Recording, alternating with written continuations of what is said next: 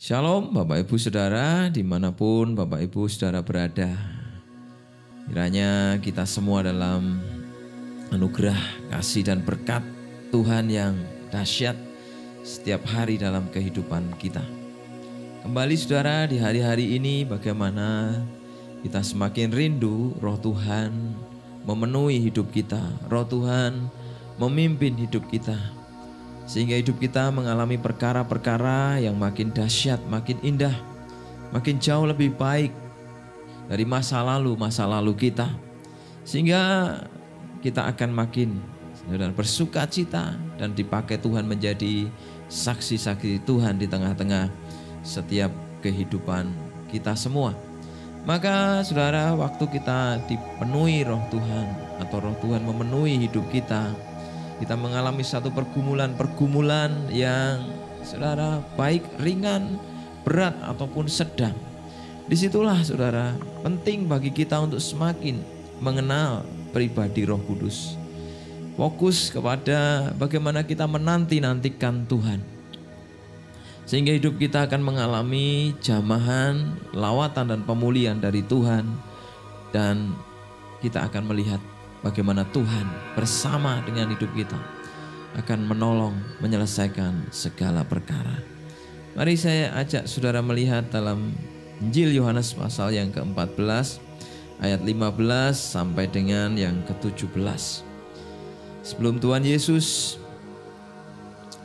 yang namanya mati di atas kayu salib menderita, Tuhan telah memberitakan, menjanjikan penghibur kepada murid-muridnya. Yohanes 14 ayat 15 sampai 17 dikatakan, saudara, "Jikalau kamu mengasihi aku, kamu akan menuruti segala perintahku. Aku akan minta kepada Bapa dan Ia akan memberikan kepadamu seorang penolong yang lain, supaya Ia menyertai kamu selama-lamanya, yaitu Roh kebenaran. Dunia tidak dapat menerima Dia, sebab dunia tidak melihat Dia dan tidak mengenal Dia. Tetapi kamu mengenal Dia, sebab Ia menyertai kamu dan akan diam di dalam kamu." Saudaraku yang dikasihi Tuhan, ketika seseorang menerima Tuhan Yesus, maka saudara, apa yang dijanjikan Tuhan, yaitu penghibur, penolong, Roh kebenaran, itu diberikan kepada kita. 2000 tahun yang lalu Tuhan telah mencurahkan atau mengutus Roh Kudus-Nya untuk diam di tengah-tengah orang percaya secara keseluruhan. Di dalam masa perjanjian lama hanya orang-orang yang dipilih Tuhan, orang-orang yang benar-benar mencari Tuhan dengan setia, dialah orang-orang yang akan dipenuhi oleh Roh Kudus. Maka saudara, di zaman perjanjian baru, orang-orang percaya menerima Roh Kudus, memiliki Roh Kudus. Tetapi Alkitab jelas mengatakan, Tuhan Yesus jelas mengatakan di sini saudara, Roh Kudus tidak dapat diterima oleh dunia. Sebab dunia tidak melihat Dia. Tetapi bukan sekedar tidak melihat, tetapi tidak mengenal Dia. Tetapi di situ dikatakan kamu atau orang-orang percaya, kita semua mengenal Dia, mengenal Roh Kudus. Sebab Ia menyertai kita semua dan Dia diam di dalam kita orang percaya. Namun pada kenyataannya, pada prakteknya banyak orang yang tidak mengenal Roh Kudus. Tidak mau memberdayakan atau mengembangkan kuasa karunia di dalam diri orang percaya yang diberikan Roh Kudus kepada kita. Yang terjadi akibatnya saudara, berbagai macam hal membuat orang jatuh bangun. Ya, orang-orang percaya tidak menjadi orang-orang yang perkasa, karena orang dikatakan orang yang penuh dengan Roh Tuhan itu memiliki roh keperkasaan, saudara, untuk menjadi pemenang-pemenang di setiap perkara. Kenapa semua ini terjadi? Karena saudara, banyak orang percaya khususnya yang tidak begitu peduli dengan Roh Kudus, tidak mau membangun hubungan, tidak mau mengenal. Kata mengenal itu saudara memiliki arti sebuah pengenalan dari dikenalkan oleh Kristus, ya, sampai kepada kita menjalani hubungan relationship dengan Roh Kudus. Sama seperti kita mengenal seseorang ya. Contohnya saja misalnya waktu saya dengan istri saya, karena tingkat relasi tertinggi manusia dengan manusia itu kan pernikahan, saudara. Waktu saya mengenal istri saya ya sendiri di gereja, paling enggak dikenalkan lewat gereja, lewat komunitas gereja. Kemudian saya mulai tahu nomor HP-nya, demikian pun dia tahu nomor HP saya. Saya SMS dia SMS saya. Semakin hari semakin dekat ya.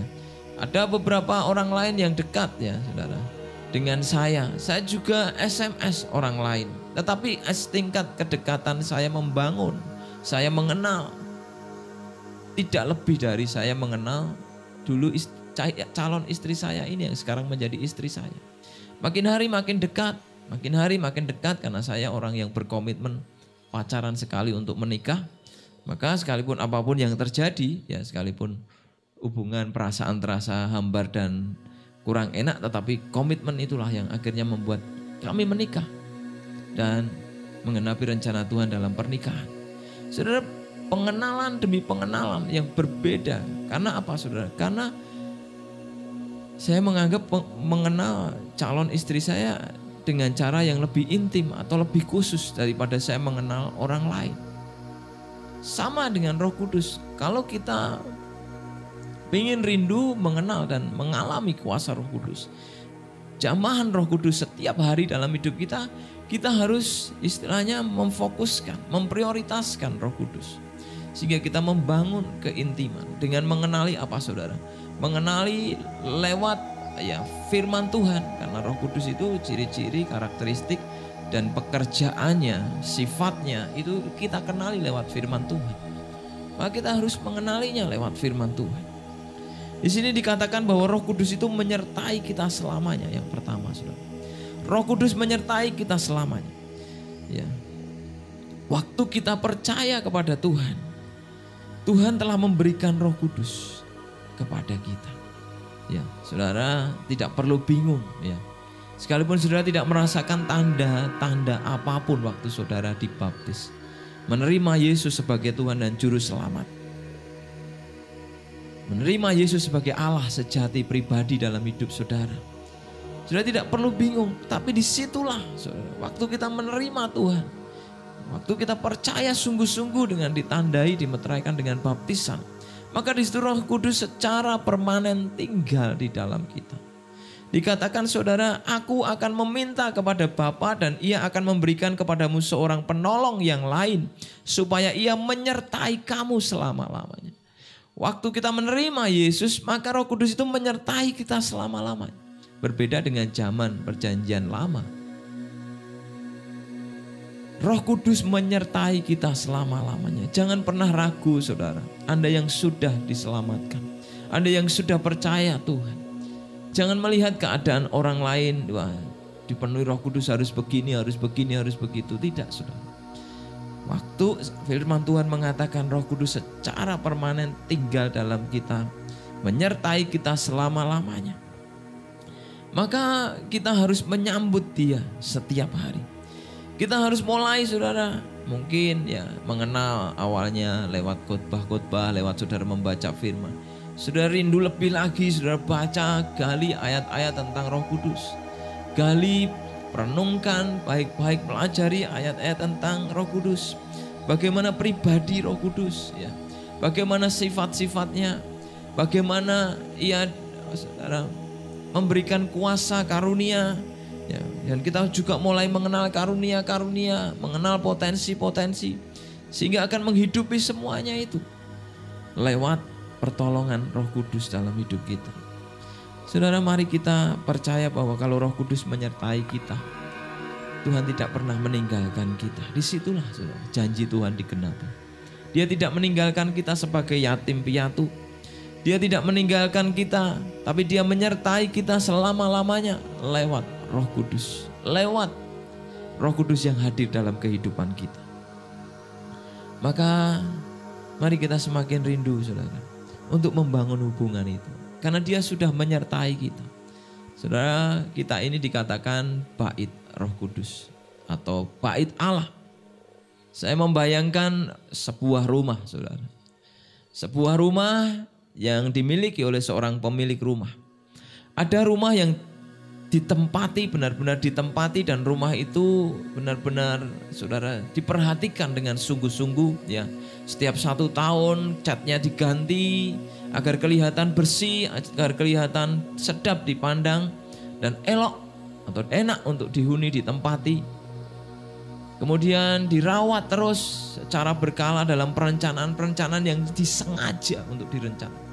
Tapi juga ada rumah-rumah yang yang sedikit dipedulikan, hanya sedikit disapu, ya kemudian ya dibersihkan, tetapi keadaan mungkin catnya makin tahun berganti tahun makin ya lapuk, makin ya pudar, tidak diperhatikan lagi.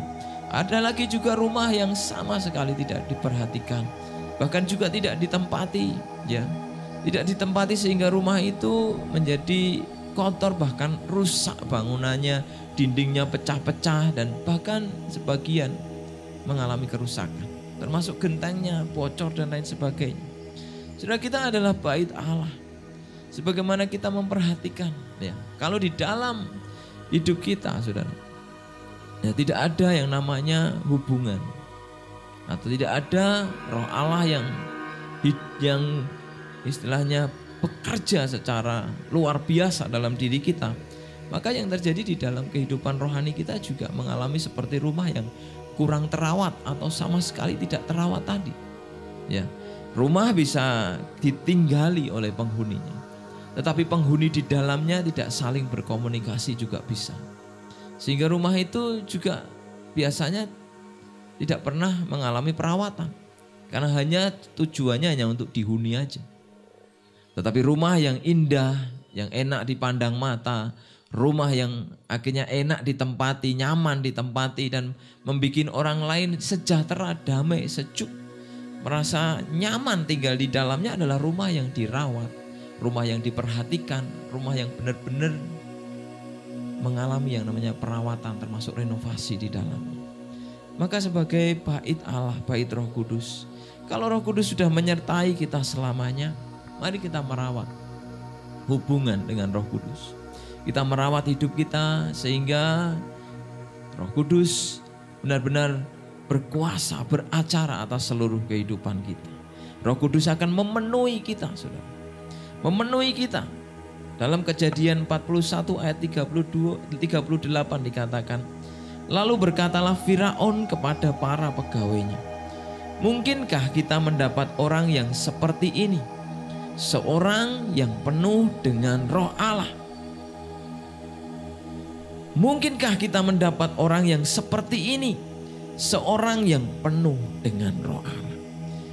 Ketika Yusuf menghadap Firaun dan mengartikan semua mimpi dari Firaun, Firaun mengklaim bahwa Yusuf adalah orang yang dipenuhi dengan Roh Allah. Sehingga Yusuf yang awalnya hanya seorang tahanan, kemudian menjadi orang yang paling dipercaya oleh Firaun di seluruh pegawai dalam istananya. Saudara, ketika orang rindu terus dipenuhi atau mengalami kepenuhan Roh Tuhan, maka akan mengalami yang namanya peningkatan level dalam kehidupan. Mungkin bisa secara dalam hal karunia, potensi dalam kehidupan sehingga terbangun menjadi satu kompetensi. Karunia-karunia menjadi berkembang semakin maksimal. Tetapi juga di dalam diri pribadi, karakter-karakter juga menjadi makin dipulihkan dan menjadi karakter yang semakin dewasa. Saudara, ketika Firaun berkata kepada Yusuf, ya, tidak ada lagi orang seperti kamu. Kamu orang yang dipenuhi Roh Allah. Saudara, kata penuh di situ ditulis dari kata mala yang artinya penuh atau genap. Kata penuh sendiri memiliki makna sudah berisi seluruhnya atau tuntas, atau artinya juga diartikan dengan tidak kurang dari jumlah yang seharusnya. Orang yang penuh dengan Roh Kudus, ya benar-benar dipenuhi ya saudara, adalah orang yang dapat mengerjakan pekerjaan-pekerjaan dengan tuntas, artinya dapat bertanggung jawab. dengan apa saja. Dia menjadi orang yang dipercaya. Orang yang penuh atau rindu terus dipenuhi Roh Kudus. Dia akan menjadi orang yang berisi seluruhnya. Hidupnya akan berisi apa? Berisi hikmat Tuhan, berisi kebenaran, berisi tuntunan-tuntunan Roh Kudus dalam hidupnya, sehingga dia akan syarat dengan pengalaman-pengalaman pribadi bersama dengan Tuhan. Nah, ini yang kemudian dapat menjadi modal amunisi untuk menjadi saksi. Karena hidupnya memiliki pengalaman-pengalaman bersama dengan Tuhan yang luar biasa. Saudara, kata penuh juga artinya tidak kurang dari jumlah seharusnya atau pas. Ya. Orang yang penuh dengan Roh Kudus akan hidup dan hidupnya akan benar-benar mengalami progresivitas yang semakin naik, karena Roh Allah selalu membawa seseorang dalam level yang baru, yang berbeda dan semakin naik. Seperti kehidupan Yusuf, saudara. Yusuf dipenuhi Roh Allah. Ya, awalnya tidak banyak orang tahu bahwa Yusuf dipenuhi Roh Tuhan. Ya, lihat, ya, ketika kakak-kakaknya menjual Yusuf, kakak-kakaknya hanya tahu bahwa Yusuf adalah anak yang menyebalkan. Dia selalu memamerkan karunia dalam hidupnya, memamerkan apa yang diberikan oleh bapaknya kepada kakak-kakaknya. Itu yang terlihat di luar. Secara karakter, ya, Yusuf masih arogan. Yusuf masih menunjukkan hal-hal yang sifatnya membuat orang lain bisa menilai dia sombong, menilai dia melebih-lebihkan. Karena memang Yusuf ini punya karunia dan saudara-saudaranya tahu bahwa bapaknya pun tahu dan menyimpan dalam hatinya. Ya. Bukan hanya melalui mimpi, tapi beberapa tanda dibuktikan lewat kehidupannya. Ya. Kemudian kakak-kakaknya justru sebel dan benci. Ya.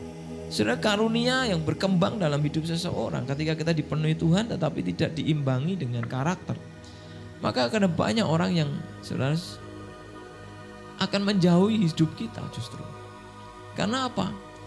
Karena ya orang tidak akan betah, tidak akan nyaman berbicara, berkomunikasi dengan orang-orang yang menyebalkan tentunya ya. Orang-orang yang tidak punya karakter komunikasi yang baik. Maka awalnya Yusuf mengalami ini. Sampai dia akhirnya mau dibunuh. Kemudian akhirnya dia dijual. Yusuf diterima di Potifar menjadi budak. Ya, Potifar mulai mengidentifikasi kemampuan Yusuf, karunia Yusuf, dan akhirnya dia ditempatkan menjadi kepala seluruh pegawainya. Yusuf menjadi orang pertama atau tangan kanan dari Potifar, orang pertama di rumahnya, ya, setelah Potifar dan istrinya. Jadi orang kepercayaan, ya, orang yang bertanggung jawab, karena dia punya karunia. Disitulah ketika Yusuf menjadi budak dia belajar. Dilecehkan temannya, direndahkan temannya, identitasnya tidak dianggap. Dia yang pernah memakai baju maha indah, the coat many color, dia direndahkan. Saudara, disitulah karakternya dibentuk.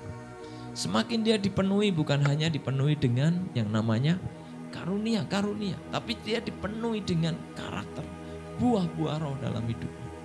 Dan disitulah Yusuf kemudian berkembang menjadi satu pribadi, ya, yang semakin kuat, semakin penuh dengan Roh Allah.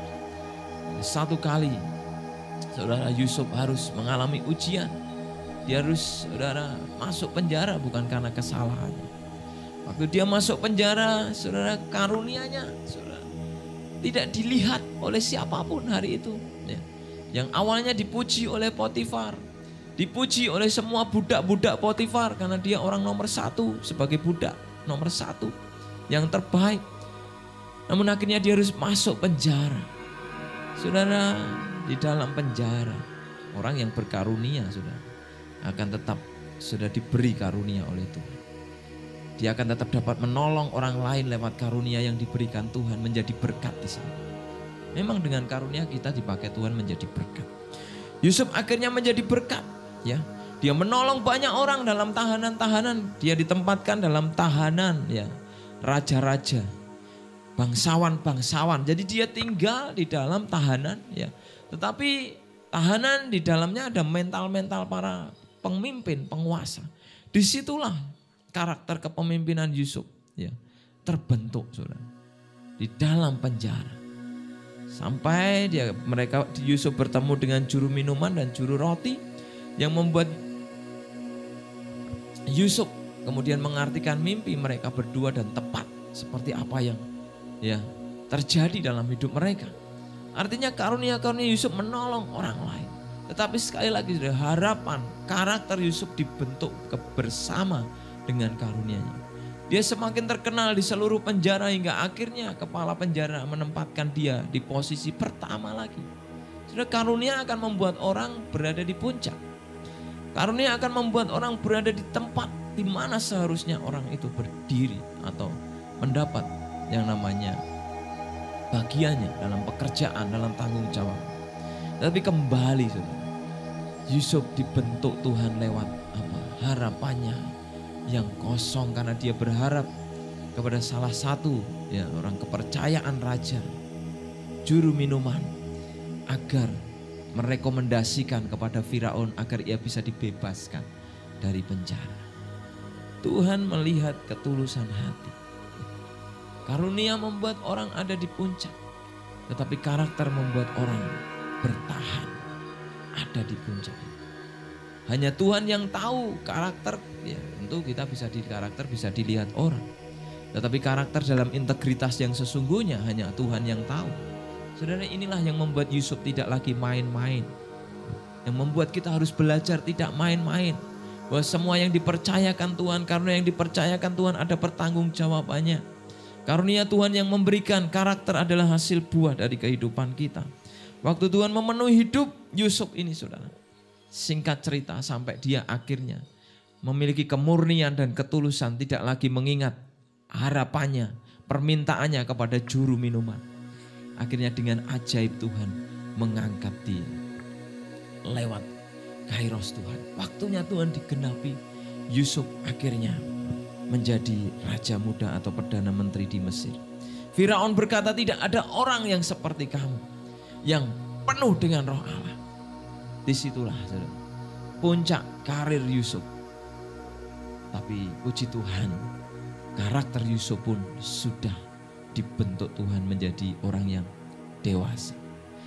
Datang kakak-kakaknya yang pernah hampir membunuhnya dan menjual dia. Tega banget, saudara.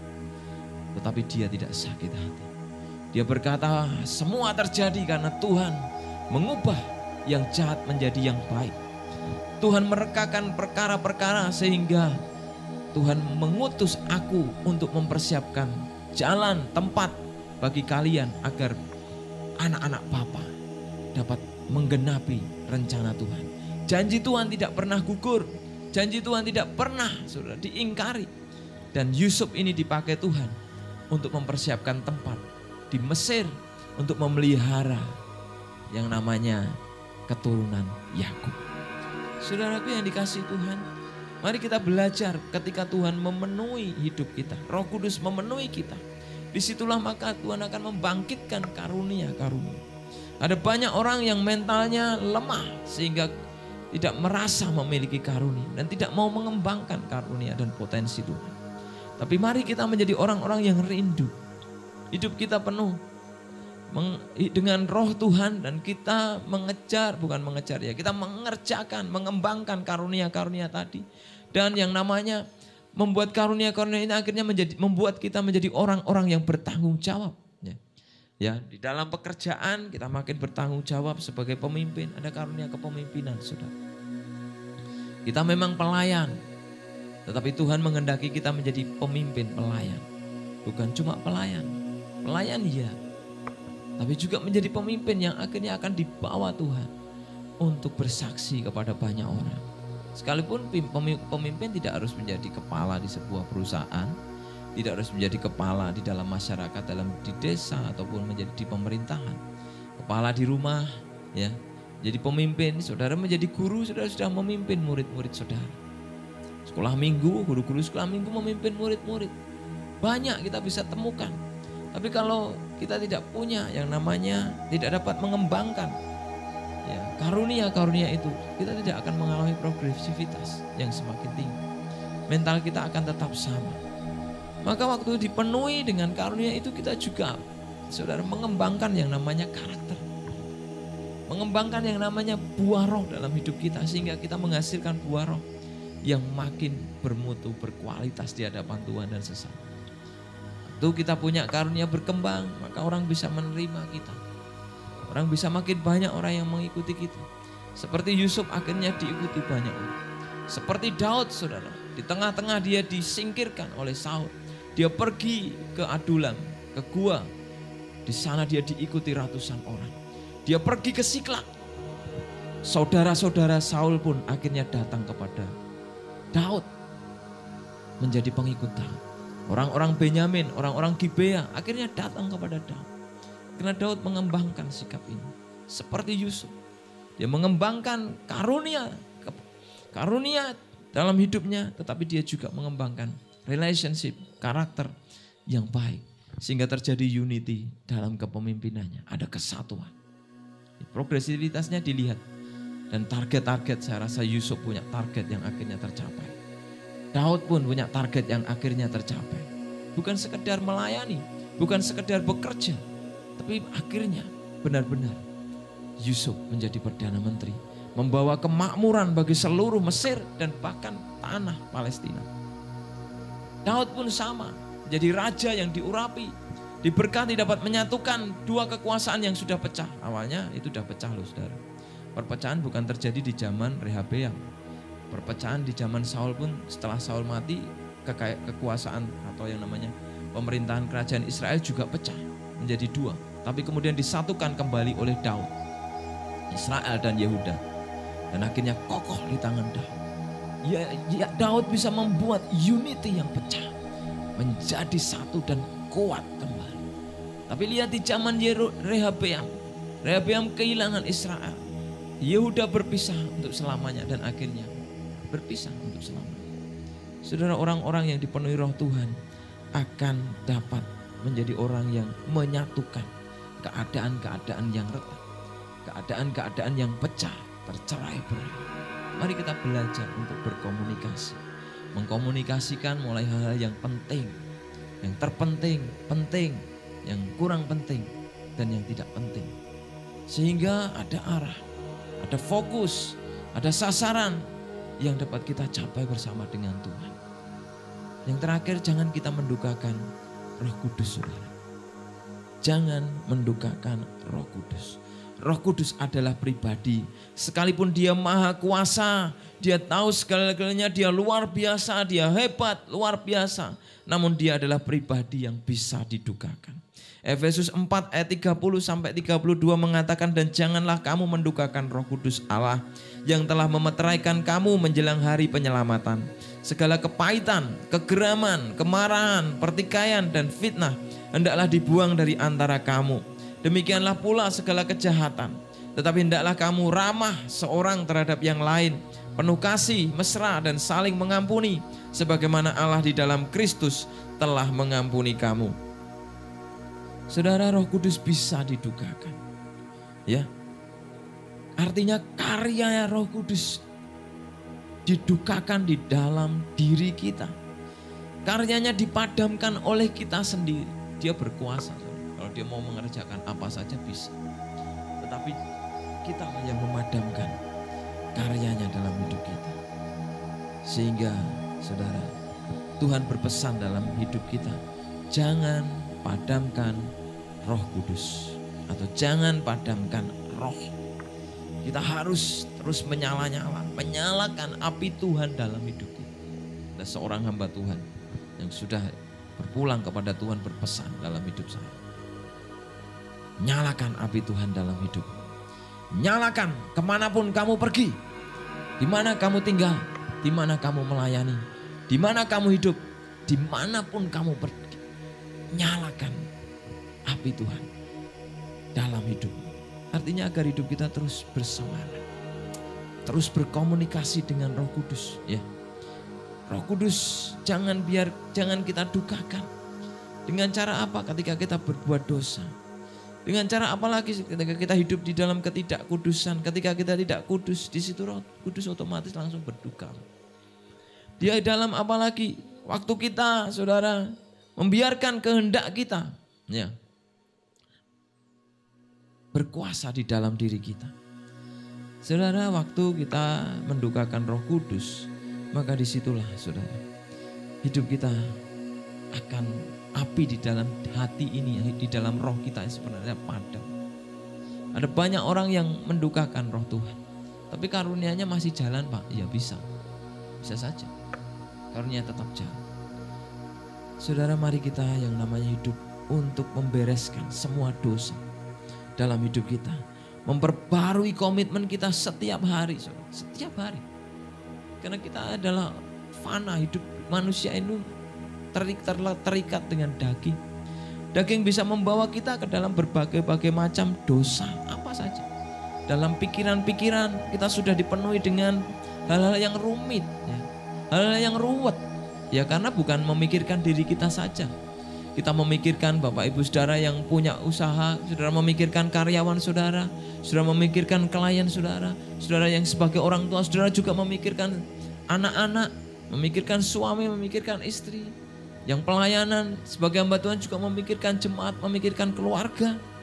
Dari pikiran-pikiran itu, saudara, akan banyak hal yang bisa membawa kita mendukakan Roh Kudus. Tapi mari kita dipenuhi Roh Kudus agar hidup kita atau membiarkan yang namanya Roh Kudus bebas menempati setiap bagian dari hidup kita. Kalau dia mau menempati pikiran kita, kita persilahkan. Menempati hati kita, persilahkan. Menempati tangan kita agar dipakai untuk melakukan hal-hal yang benar. Memakai mata kita, pikiran kita, mulut, lidah kita untuk melakukan hal-hal yang benar sesuai dengan tuntunannya. Saudara, maka mari kita harus senantiasa mau yang namanya memperbarui spirit of mind atau roh dari pikiran kita. Ya, roh dari pikiran kita. Dalam Efesus 4 ayat 23 dan 24 dikatakan, supaya kamu dibaharui di dalam roh dan pikiranmu. Tapi terjemahan di dalam bahasa Yunaninya roh dari pikiranmu. Dan mengenakan manusia baru yang telah diciptakan menurut kehendak Allah di dalam kebenaran dan kekudusan yang sesungguhnya. Saudara, waktu kita mau dibaharui oleh Roh Tuhan, spirit of mind atau spirit atau roh dari pikiran kita, maka kita akan dikuduskan. Karena apa? Pikiran kita bisa kita seringkali kan baca di internet ya sudah. Belajar, baca ya, baca buku segepok, buku digital ataupun lewat internet, berita-berita artikel tentang politik, pemerintahan, perdagangan, naik turunnya harga sembako. Disitulah pikiran-pikiran ini kemudian langsung saudara, bisa ngejas, kita bisa terintimidasi dari situ. Maka kita harus mengenali spiritnya. Spirit yang akan masuk ke pikiran kita itu spiritnya siapa?